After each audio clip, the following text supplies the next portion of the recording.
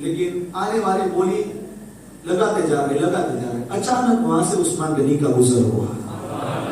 عثمان غنی کا گزر ہوا تو کسی سے پوچھا کیا ہو رہا ہے؟ کہا مولا علی سے خدا اپنی زیرہ بیٹے انہیں کی بولی لگ رہی ہے. عثمان غنی فرماتا اچھا ٹھیک ہے. کہا ٹھیک ہے. پیچھے کھڑے رہ گئے, سنتے گئے کتنی بولی لگتی ہے. بولی لگتی گئی. جب آخری بولی لگانے والا بند ہو گیا, پھر کوئی نہیں لگاتا, تو عثمان غنی نے اپنے خادم سے کہا اپنا دامن پھیلاؤ. تو دامن پھیلایا, اپنے کھیسے اور اپنی جیب جو بھی ٹٹولا سب کچھ اٹھا نکالا. 480 درہم نکلے. ہاتھ اونچا کر کے آواز لگی علی ٹھہرو مت دینا. لوگوں کی بھیڑ کو چیختے ہوئے آگے گئے. علی 480 تھے وہ دے رہا ہوں, لیکن یہ لوگوں یہ 480 بھی کم ہے. میں یہاں خریدنے کے لیے نہیں آیا, یہ تو نکل رہا تھا, موقع ملا تو لے لی. لیکن اگر عثمان اپنی ساری دولت لگا دے تو وہ بھی کم ہے. علی کے زیرہ کی عوض عثمان اپنی ساری دولت قیمت میں لگا دے تو وہ بھی کم ہے. مولا علی سے خدا نے زیرہ دے دی. 480 درہم لے کر مولا علی سے اڑا اس طرف, عثمان غنی اس طرف. راستے میں عثمان غنی سوچتے ارے یہ کبھی زیرہ بیچتے نہیں, آخر بیچی کیوں؟ پیچھے بڑھ گئے. کالی رکو, کام ہے. ایسی کون سی چیز تمہیں ستائی کہ تم نے زیرہ بیچ دی؟ تو مولا علی سے خدا فرماتے ہیں عثمان بات ایسی ہے نا کہ فاطمہ کے ساتھ میرا نکاح کا پیغام حضور نے قبول کیا تو مجھے رقم کی ضرورت تھی مہر کے لیے. اچھا. عثمان غنی لوٹ گئے. جب حضرت مولا کائنات مولا علی سے خدا کا نکاح ہوا تو لوگ آتے تحفہ دیتے. عثمان غنی اپنے خادم کے ساتھ آئے. دیکھنے والوں نے دیکھا کہ مولا علی کی زیرہ لے کر آئے. علی اگر گستاخی نہ ہو, ناراض نہ ہو تو یہ زیرہ قبول کر لو نا.